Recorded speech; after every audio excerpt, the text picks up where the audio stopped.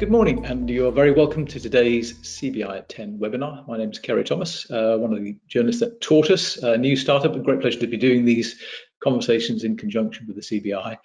Lots to talk about this morning.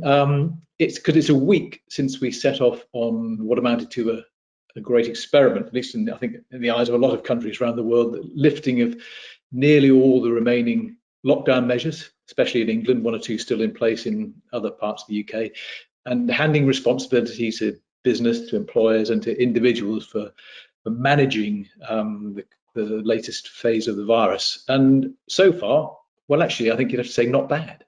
Everyone seems to have been taken by surprise by the falls in the levels of new COVID infections in the UK, and there's a lot of very cautious optimism out there. We still need to see if the drop is maintained, and we still need to see what happens with hospitalizations and deaths. But there's been a decent amount of good news in the past week.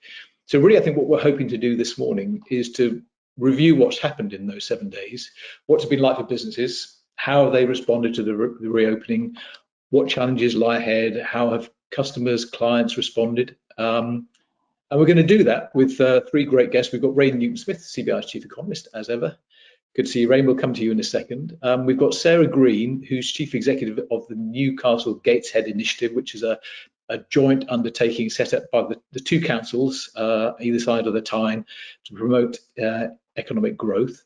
And we've got Ian Keelty, who's the chief operating officer of Wincanton, which many of you will know is one of those sort of great underpinnings of the UK economy that perhaps we don't see every day.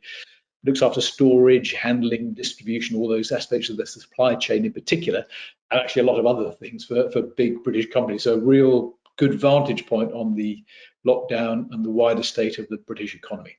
As ever on these calls, it would be great to have your questions and comments, so do fire them in. We'll come to as many of you as we can in the course of the next 45 minutes.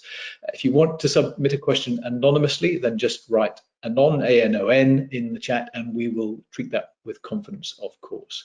But let's kick off. Rain, good morning. Good morning, Kerry. As ever, I said it's been a busy week and there's quite a lot to catch up on. So what are the main developments that have caught your eye in the last 7 days? Well, look, I mean, I think you summarised it well. It's been, a tricky time for us and for the wider economy. I think it's great to see some of that reopening coming along, but obviously we've seen the challenges around rising infection rates, which I think everyone knew would be a risk, but the implications that's had for self-isolation, and I think everyone would recognise, including the government, that there's been some challenges around how the self-isolation rules have been communicated and what that's meant for so many businesses. So it's certainly been keeping us on our toes. This is our last webinar before we close or stop our webinars over the course of August, but I don't think there'll be much necessarily rest for many of us. I think this week in particular, we're really trying to get all that information back from businesses, because I think we really want to learn the lessons from what we've seen over the past 2 or 3 weeks, because we could well see periods like this again as we learn to live with the virus. So I think what we've really been thinking about is we've got a lot of really successful things that we can build on. So we've got we've seen the successful reopening so far, the world-leading vaccine rollout here. We've got really good testing capacity here in the UK, and I think many businesses, and I think particularly across sectors, and I know Ian and Sarah will be able to speak to this, we've have really learned how to put in COVID secure measures and how to sort of manage the virus and how we live with it across the economy. But I think we knew this reopening would be tricky, and I think the areas we're really looking at is first on self-isolation, and I think the so-called pingdemic has been a huge challenge. We've seen some businesses saying they're seeing 10-20% of their staff, and you could see as many as 40% in some businesses, and that just becomes really, really unsustainable.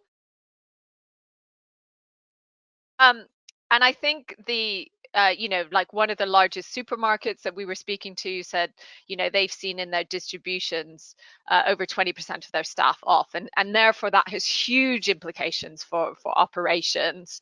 And we know that this period could get worse over the next couple of weeks, even if we start to see some of the improvements on infection rates. So it's how do we deal with that against the backdrop that we knew was there already about skill shortages in certain sectors, and so it was a tricky time for businesses anyway to try and match supply with demand, which has come back. So and I think there has been confusion about what is advisory, what is mandatory around the requirements of self-isolation. So what we've really been calling for is, first and foremost, we need to bring forward the date of August 16th, which is when anyone who has had double vaccination, who gets pinged by the app, would no longer need to self-isolate if they tested negative.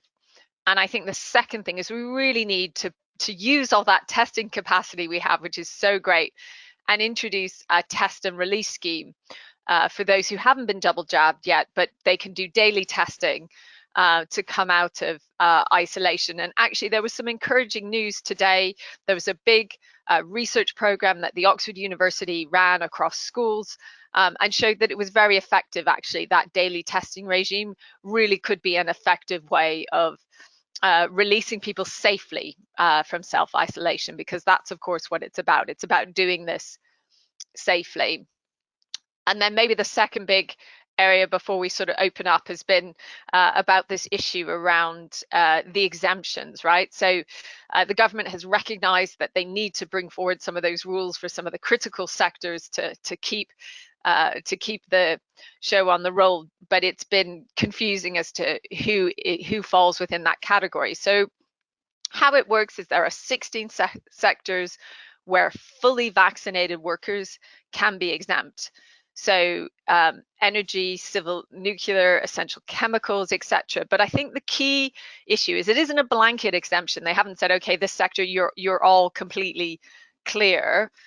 You need to, employers need to see whether those employees do qualify. So if firms think they might be covered and they might have workers who do count as essential workers under those qualifications, they need to look to give the government a list of the number of people who they are proposing to use a testing regime to bring them out of self-isolation, the role they perform, and the impact of their absence. So that's obviously quite a big procedure for businesses to follow. So that's where I think things have been difficult. And I think what we're really keen to hear from businesses is just more of your views on that, the challenges that people might have had in getting exemptions.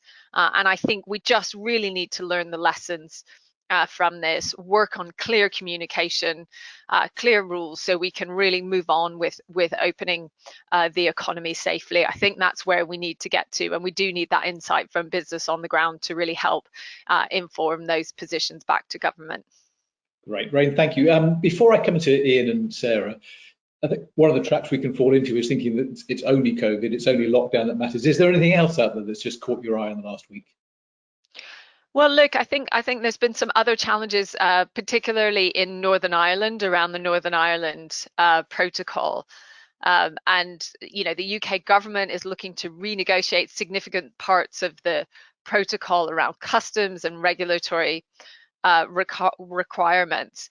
And of course, the challenge is about just allowing smooth goods and services to move around the border in Northern Ireland, and that has having operational implications. As we talk about supermarkets, I know Ian will talk about this in terms of wider distribution. Some of the challenges have been, it's a bit of a perfect storm in Northern Ireland, dealing with the implementation of the protocol and some of the issues that's causing in terms of staff, but also the movement of goods, and at the same time dealing with self-isolation and all of the challenges. And we know that HGV drivers are one of the absolutely critical skills where we do see a real shortage. So I think the things that are really in play is trying to look at how do we look at the at-risk tests, how that works for goods moving across either into Northern Ireland or across the border into the rest of Great Britain, and more flexibility around rules of origin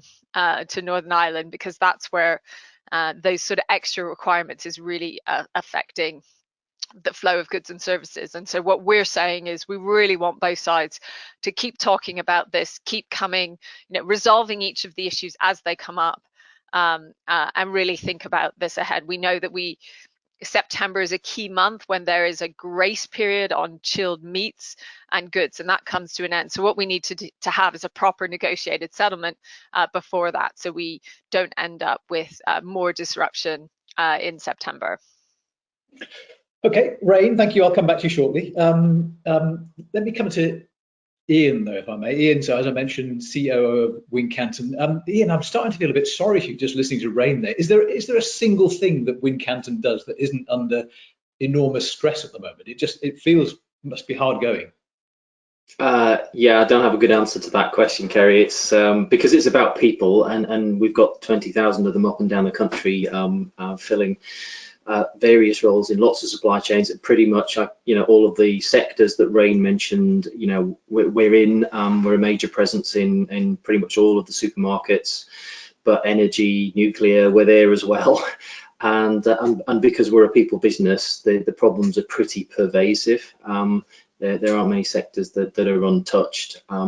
Drivers, as we were discussing briefly before the call, are probably where the people problems are at their most acute, because we've got the current issues around the pandemic, as we're calling it, but still superimposed upon a shrinking driver population driven by things like Brexit, which I'm sure you've talked about in these calls before, and also the IR35 tax changes, which affect sort of individual driver contractors.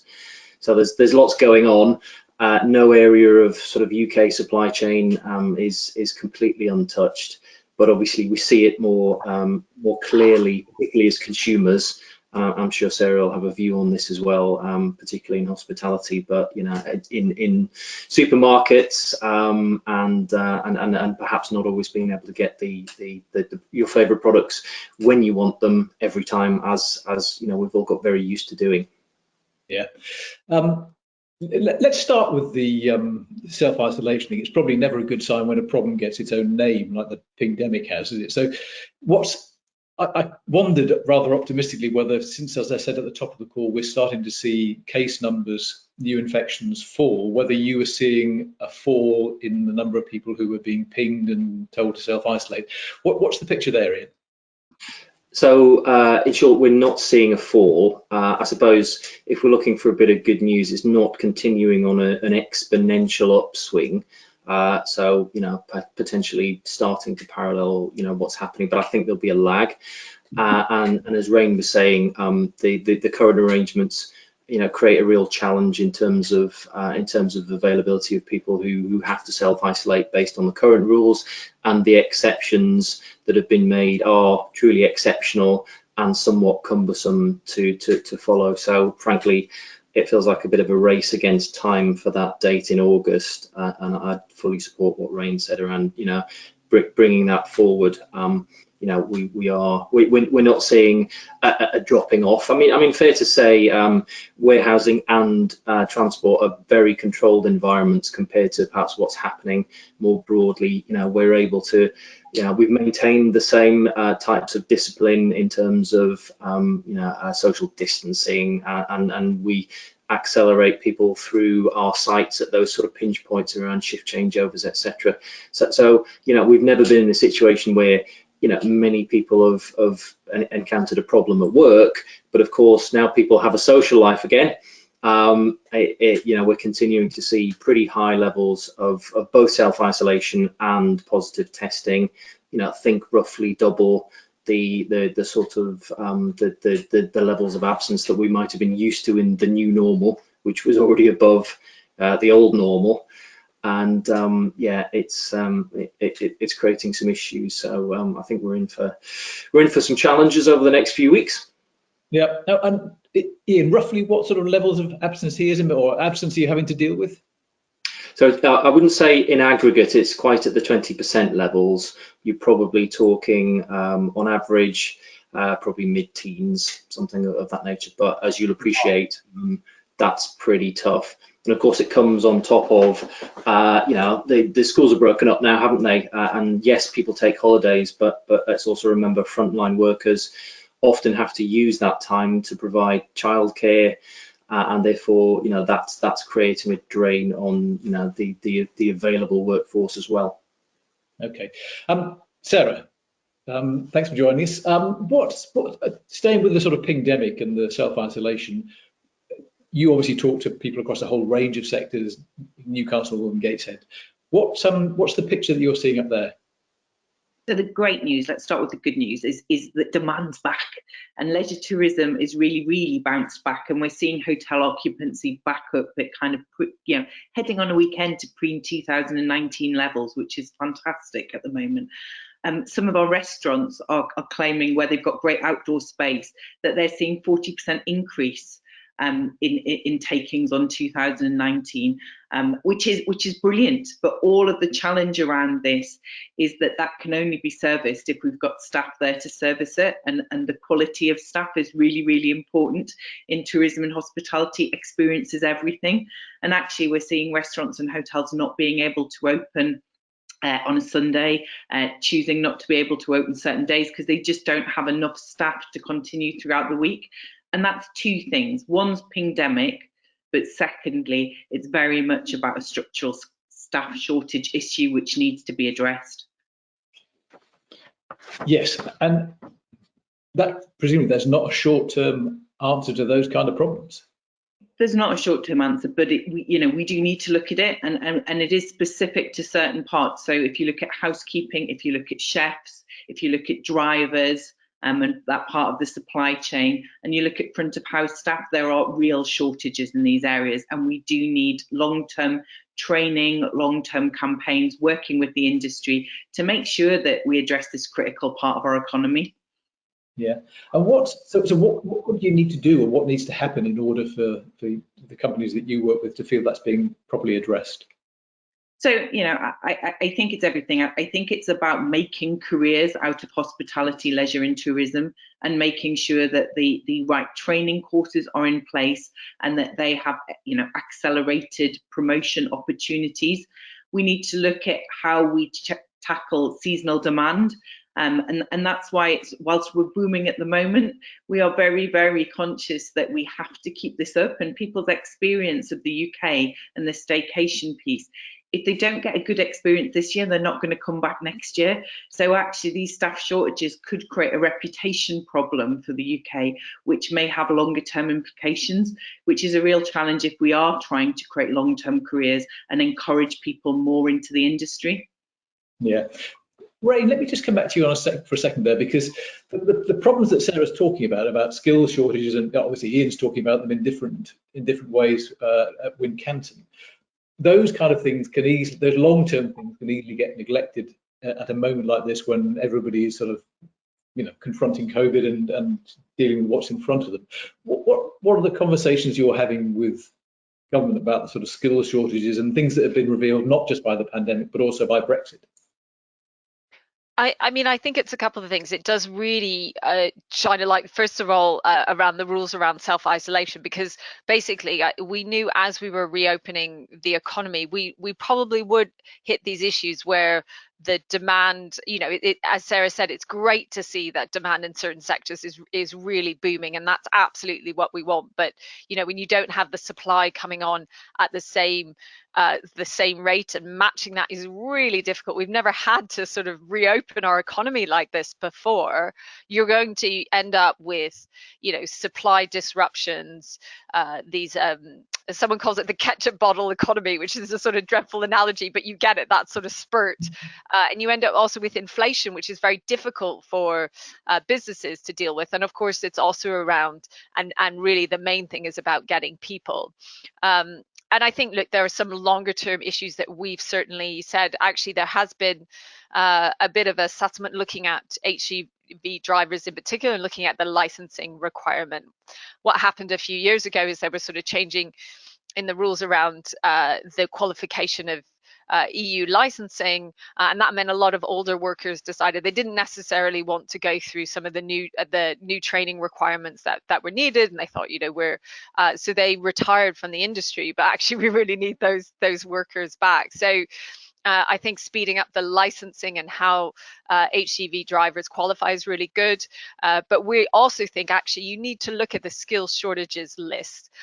So at the moment, as part of our immigration system, if there are critical skill shortages, then that ends up on a skill shortage list that the Migration Advisory Committee helps to advise on. But kind of infuriatingly, HGV drivers don't fit into that skill category. But anyone will attest, you can't just sort of get into an HGV. That's why we have a whole series of training and licensing system. It is a skilled role. So I think we really need to revisit those occupation lists, and also that needs to be needs to be easier to update it when we have the issues that we're seeing. It can't just be something that gets looked at once every year or 2 years. It needs to be more agile than that. And yeah, I think the government have made good routes on immigration at the high skill level, but we just really need to revisit what we mean by skills. So that continues to be a big area that we're in conversation with government on. Yeah. Ian, let me come back to you, because I think if you'd asked me, I don't know, a year ago about what it would be like just after the ending of all lockdown and restrictions in England, particularly but the UK, I probably wouldn't have imagined the situation we're in. I would probably rather naively have imagined a world that we'd gone back to the way the world was before. It hasn't turned out like that, has it? What kind of COVID secure measures do you think are going to stay at Wincanton in different parts of the business? Have those changed since the restrictions were lifted? What's the new normal like, I suppose, in Wincanton? So in terms of the way in which we're looking after our people, the new normal is broadly similar to the old normal. So we have kept most of the as I say, the social distancing requirements. Face masks are still used quite widely. Actually, we've given, within the parameters of government guidelines, a little bit more freedom for individual sites to make decisions about how they operate in specific areas. But broadly, we're still pretty conservative, because we want to protect our people and our customer supply chains. And also, we shouldn't underestimate the fact that individuals and even groups are still quite nervous. There's a lot of people out there who haven't had and don't want COVID-19, particularly perhaps the Delta variant. So broadly, our warehouses in the new normal look and feel quite similar to the way that they did in the middle of the pandemic. It's fair to say that it creates challenges. It always has, in terms of communicating with our people, and perhaps reassuring them or talking them through some of the things that are changing. We can't do what would be traditional in those environments, which is get people together in a big huddle and tell them about what's going on. So that continues to be a challenge, and to meet that challenge, we've switched to much more in the way of kind of digital communications. We've got an app, hasn't everybody, but it does allow us to talk to our people and hopefully affect positive change quite quickly. But broadly, we're still on the same footing, and I don't know when it's going to change. I'm not sure that it can, until both the sort of psychology of people and the leadership from government takes us to a different place. I think one thing's fair to say: supply chains have never been in sharper focus, and our people feel pretty good about that.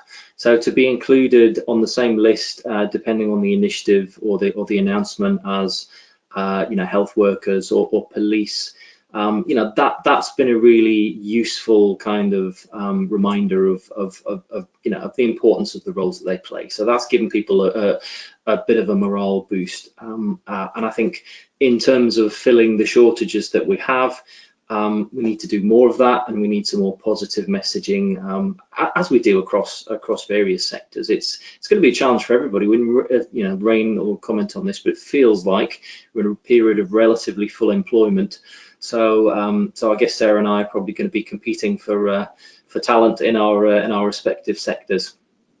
Yeah, and Ian, just staying with you for a minute, I suppose one of the open questions, if part of what we want to do today is look back over the last week and just see what's changed, how it's gone. One of the open questions would have been whether people's behaviour would change, because there might have been a feeling that suddenly, all right, we're in a different place now. All the remaining lockdown measures, the legal ones, have gone. Have you noticed any sort of behavioural change, attitudinal change among your staff, or does it still feel as it was before? As I say, because we've maintained a lot of the disciplines in work, it broadly feels as it was before, I think, for a lot of our colleagues. From personal experience and talking to people, it feels very different outside of the world of work. That's for sure. And there's a lot of positives around that. Sarah was talking about that. We've all been able to go out and have a meal and have something of a normal social life. But in the world of work, certainly in supply chains, I think everybody's pretty focused on getting the job done in difficult circumstances, and that's kind of number one priority, and I think will be for some time based on what we're seeing and where the challenges are. Yeah, Sarah, on the same sort of question, have you talked about the sort of the energy returning to hospitality in Newcastle and Gateshead. Have you had a feeling or people you've been talking to over the last week, have they had a feeling of a sort of cork coming out of the bottle when those measures were lifted, or has it been a more gentle and gradual thing than that, do you think? I think, since we've reopened, we've seen people coming back into the city. I think the key area that hasn't perhaps moved as fast as you may have expected is business occupancy.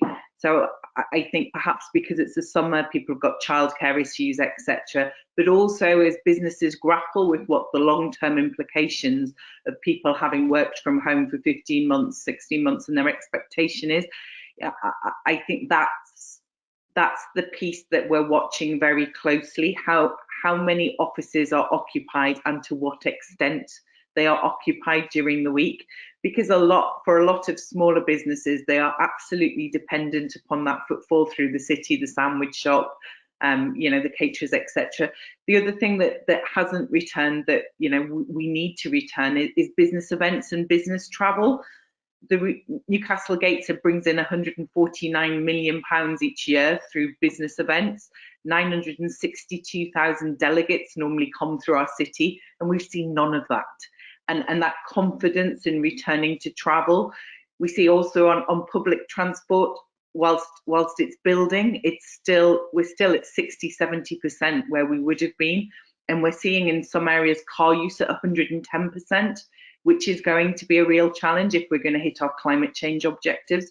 So people have changed their habits, and going back is not going to be easy, yet in certain circumstances we are going to need people to unwind some of the behavioural changes that they've made. So I think there's a huge amount still to play out in this transition that people are working on. And I don't think until we get back in September and we've kind of got through the holiday season that you will start to see businesses making more long-term decisions about what that looks like. And I think that's going to be a critical point. Yeah, I mean, Sarah, just staying with you, you mentioned confidence there, which is clearly going to be a critical factor, isn't it? Confidence, it seems to me there's a kind of obvious relationship between confidence and testing. Testing is a way to sort of give confidence. What's your view of what a sort of good and effective, I suppose, testing regime would look like? So our number one point is actually let's get the vaccination process as smooth as possible, because if we can get everyone to double vaccination, then then that's a huge protection for everybody. And I think there are some challenges, and I think we're heading towards a real problem, an intergenerational problem, in that young people have had it particularly tough through this pandemic, and actually because tourism and hospitality is often quite a young people sector, they have also been disproportionately impacted. But for a lot of our young people, when we've sort of done surveys, it's not that they're anti-vax, it's that they've been pinged or that they've had the virus and therefore haven't been able to get their first jab yet. If they haven't got their first jab yet, then their second jab is 8 weeks away. And therefore there is a group of people who will be lagging. And I feel particularly badly for them as the rules continue to change. And if vaccination passports, etc., we've seen the change to the rules around night clubbing, etc., as our students come back to the city in September, I think that's going to be a real issue.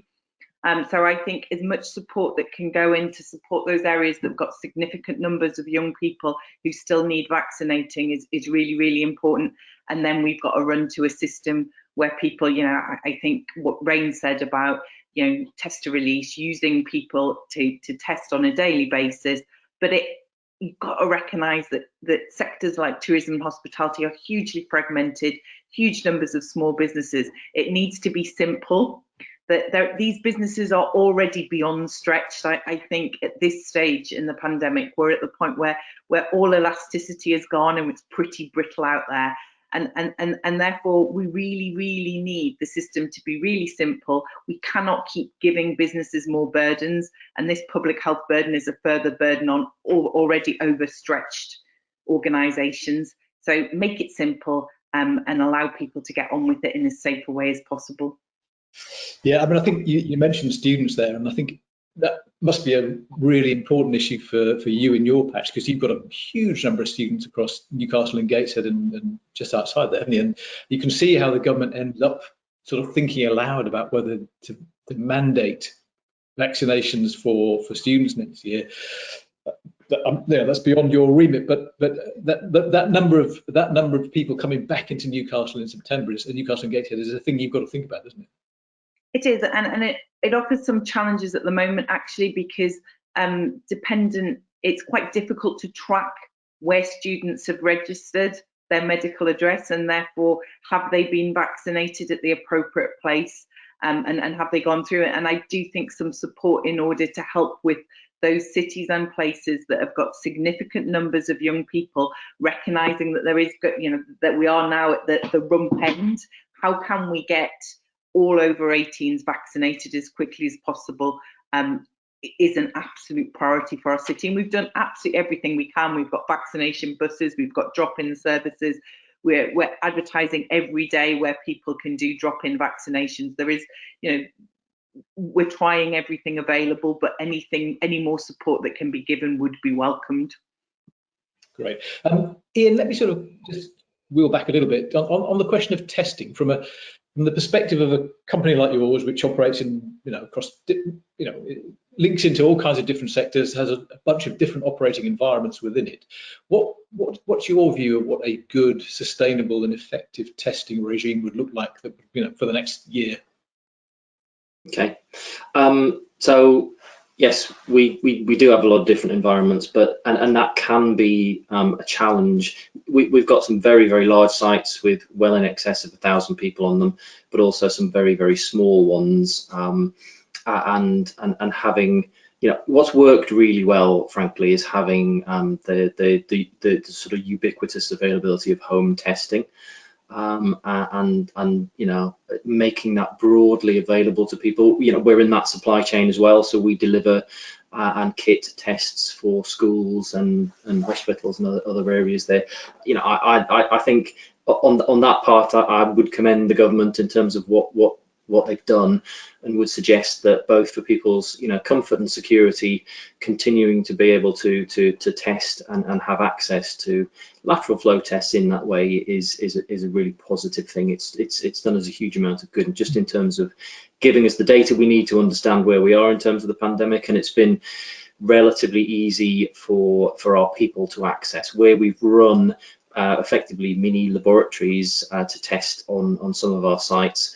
The effects have been a little bit mixed, particularly as those schemes have been voluntary. So not everybody's wanted to you know, come in that bit early or leave that bit late, or even just you know, participate in you know, that sort of, if you like, company sponsored environment. But you know, increasingly people are comfortable with tests, and I think we've got more right than we have wrong there. So I suppose it's just, you know, let's keep going to the extent that we need to based on the prevalence of the virus. I don't think that bit's broken. The testing's working. It's arguably just what we're doing in response to the testing around, testing to enable people to come back to work, that we need to focus on. I think you know, this country's done a pretty good job there, and we've played our part. And Ian, when you say that people have had qualms about what you call company-sponsored testing, is that because that sort of changes the relationship that people think they have with their company? That it's a new thing, that it seems like it feels more intrusive than something they're doing themselves? Maybe we haven't got good data as to why the sort of take-up programs the take-up of those programs has been relatively low. But you know, I think because it feels like a voluntary thing, maybe they're part of some sort of test. Whereas if it just becomes part of everyday life, and you know, I've got a test if I'm going to a big event, as I did at the weekend, or I've got a test because you know, that's just the rules that apply because I've had a ping, and in order to be safe and to keep people around me safe, I'm going to make sure I've got a stock of tests, and I'm going to do that, you know, at home in an environment I'm comfortable with. That's a guess, as I say, because you know, we don't have brilliant data on it. Hard to get that, but that's what I'd go with. Okay, Ray, can I come to you with a question that's come in from Graham Fox, who said, rather than relying on the track and trace system, which has created staff shortages, should we not be concentrating our efforts on ensuring we have better ventilated buildings that dilute viral load and massively reduce the risk of any transmission in the first place? Visible evidence of effective ventilation, good air quality will raise public confidence in going back out and rejuvenating the economy. What's your view of the sort of balance between, you know, that and the other measures we've been talking about? So I think we need both. Absolutely. I don't think it's not an either or choice. I think, you know, even going back to the beginning of the pandemic, you need, as you know, this is a war against a virus, and we need to have a whole bunch of arsenal in our weaponry to deal with it. So look, we do know ventilation, good air quality plays a huge role in minimizing transmission of the virus, and also improves everyone's general health as well. So I think those simple measures of keeping windows open, improving ventilation systems where possible, but obviously, you know, longer term issues like upgrading an entire ventilation system, that takes time, and that's a big investment by companies. And of course, there's a huge role in our public buildings and public spaces as well. So I think that's something we should look at over the longer term, and the more health evidence, whether it's around COVID or more generally, that is a right thing that we should be looking at anyway. But I do think, you know, testing in the interim plays a huge role. And I guess just to sort of add to what Ian and Sarah were saying, you know, we have moved away now from, you know, there's no longer the government funded workplace testing, and now it's more the reliance on community testing. But there have been concerns, but will that testing system have the capacity to deal with the rising cases? I have to say that it is, and I mean, credit to the government, the speed at which you can apply for your 7 tests to be delivered at your home and how quickly it comes so far has been hugely impressive. So hopefully that will continue. But it does make it, I think, a little bit more challenging for businesses, right? Because now the onus is on employees to order their tests, to take them, to report them. But then the employers are responsible for creating those safe environments and safe workplaces. So there's a bit of ambiguity in guidance there. And some of the businesses are sort of saying, you know, what happens if an employee contracts COVID in the workplace despite all these measures in place, but you were relying on some of that testing to happen in the home. You know, what is the role of the businesses, and what's their liability? I think that's where there are definitely some concerns. So I think we definitely need to keep testing, but I think the more guidance we have around what that works will be really, really important. Yeah, okay. Sarah, can I come to you with a question from, or an observation from Sharon Green, who's written to say that she's surprised we're not discussing valuing some skills more. For example, the kind of hospitality work that you and I were talking about. For many years, governments have called these low-skill jobs. What pay levels do we have for the roles that are in short supply? Implicitly, I think, do those things have to go up? Ian obviously was talking earlier on about the fact that for people in supply chains, actually, there's been a sort of positive thing that they've come. The recognition of those roles has been more recognised in the past year than maybe it was before. Is there part of the answer to this a mindset change and maybe a pay change in sectors like hospitality? Absolutely, there needs to be a long-term conversation. I mean, we've seen 18% inflation in some of the hospitality and tourism jobs already, so there is an adjustment happening. But I think the critical point is how we make a proper career and a year-long job, rather than that. Hospitality or tourism is something you do in between other jobs or before you get a proper job. And I think we have to have a much more sophisticated conversation about what the industry and the sector needs, and that needs to bring on the industry players. It needs to bring on training government bodies, and we need to work out if we want to benefit from what's happened with the UK staycation market this year, then we need to sort out the skills problem for the long term. Yeah. Okay. Ian, let me just come back to, we've got just a couple of minutes left. If you look ahead, based on what we know now, and trying to draw me a sort of a map of what Wincanton can do. That's not easy to say. Of what the government can do, of what individuals can do. What are the things that we need to get right, do you think, in the next 6-9 months to really feel like we're getting through this to the new normal that you've described? Sure. So look, there's lots, to be clear, there's lots that companies like us can do in terms of self-help. If we talk about focus it on drivers. I know we spend a bit of time on that, but it's a clear problem. So our self-help regime is all about growing talent and upskilling it and frankly getting people their driving licenses. So we've got some great schemes to do that. And currently some of the issues are around capacity to test. So the DfT are looking to help with that, but we need to do as much as we can as soon as we can, and we want to help. So we would like our own people to be able to test more people. There's no reason it would have to be done by DfT as such. We're really keen to invest. We're really keen to invest in our people and just get people through that process. As I think Rain said, though, it's not instantaneous.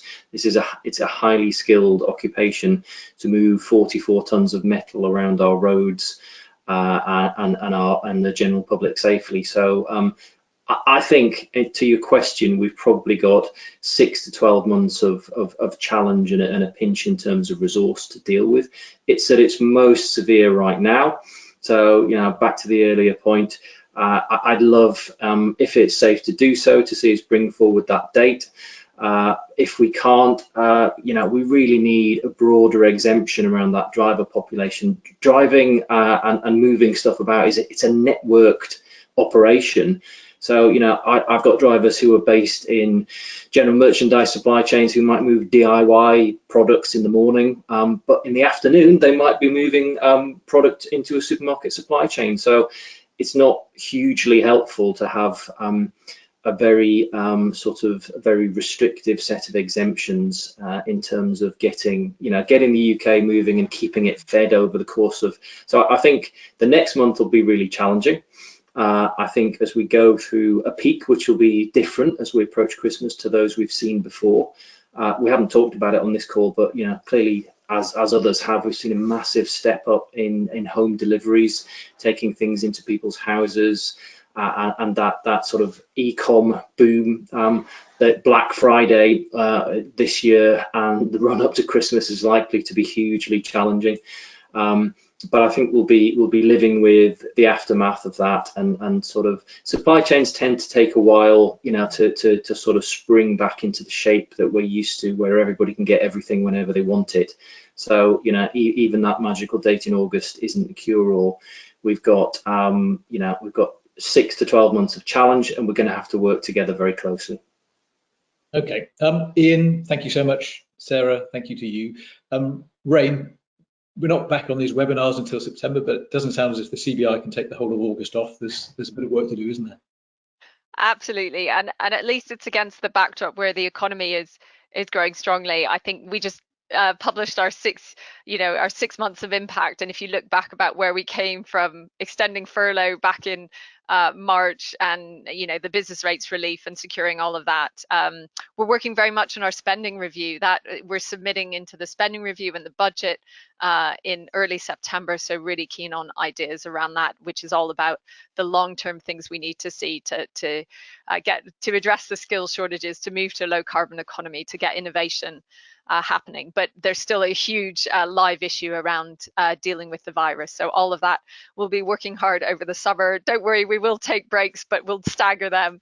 So do keep your insights coming into us, and I hope everyone else does get a nice break over the summer. Okay, that's a great note to end on. Thank you, Sarah. Thank you, Ian. Thank you again, Rain. We look forward to seeing you all in early September back on these calls. But till then, have a great summer. Let's enjoy it, and we wish you all the best till we see you again. Thanks.